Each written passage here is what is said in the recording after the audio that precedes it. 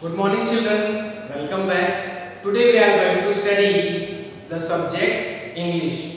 Chapter number 8 is the poem.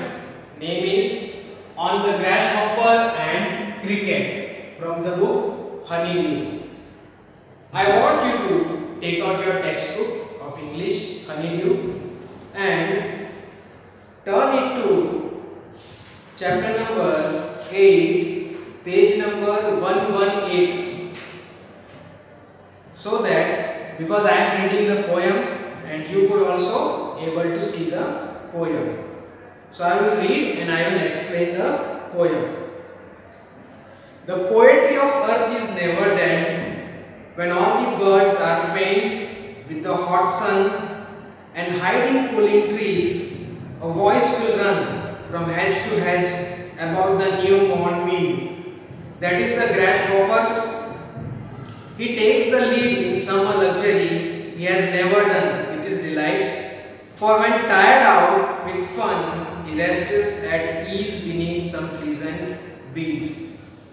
So in first stanza or in the poem itself, the poet has showed the climate or the season, the summer season as well as the winter season. So in the very first stanza of the poem, he speaks that when the time is of afternoon in the very hot summer, okay, every day the birds are chirping, birds are singing songs, okay, they are singing in their voice. But when the climate is very hot, they go under the shady branches of the tree and they rest over there.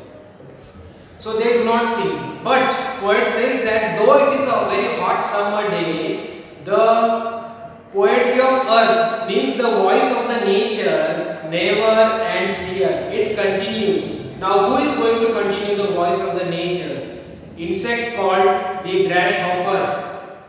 It continues the voice of the nature. Means it sings in the very hot summer. The grasshopper enjoys the summer season.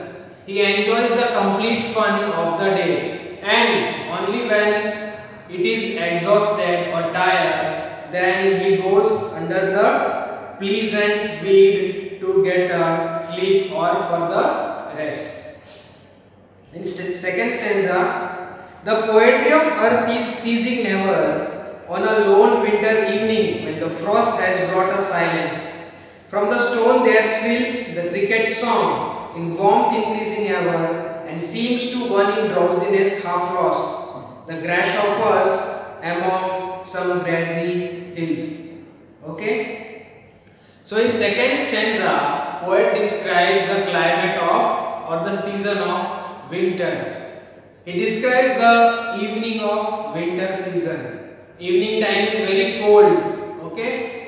So during that time, all the creatures are in their home. They do not come out due to the chilly weather of outside. Though he says that the poetry of earth is ceasing never, means though the voice of the nature never stops, it is continued. Now in winter season, who continues or who sings the song? Another insect is given over here, and that is the cricket.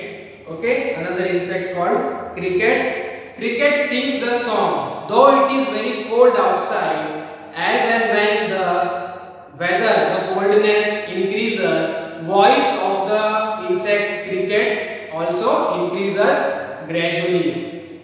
He never stops his voice. He continues for singing. And further it is said that the person or the people who are inside their home, they could able to hear the voice of cricket, okay, and they mistake the voice of cricket as the voice of grasshopper. They misunderstand the voice of the cricket and they concern or consider it as the voice of the grasshopper.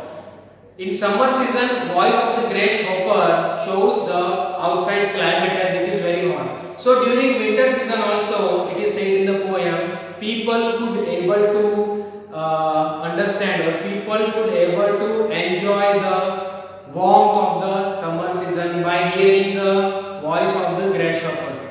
And practically it is not the voice of the grasshopper, but it is the voice of the cricket. But by mistake, people considered it as a voice of the grasshopper, and they could able to enjoy the warmth of the summer day during the very cold and chilly winter evenings.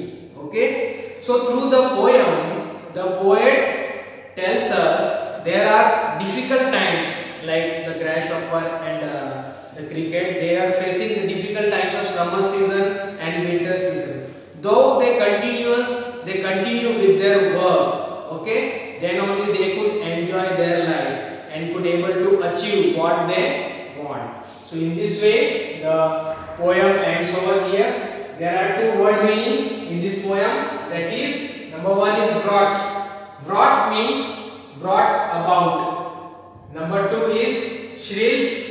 Shrills means comes through loud and clear.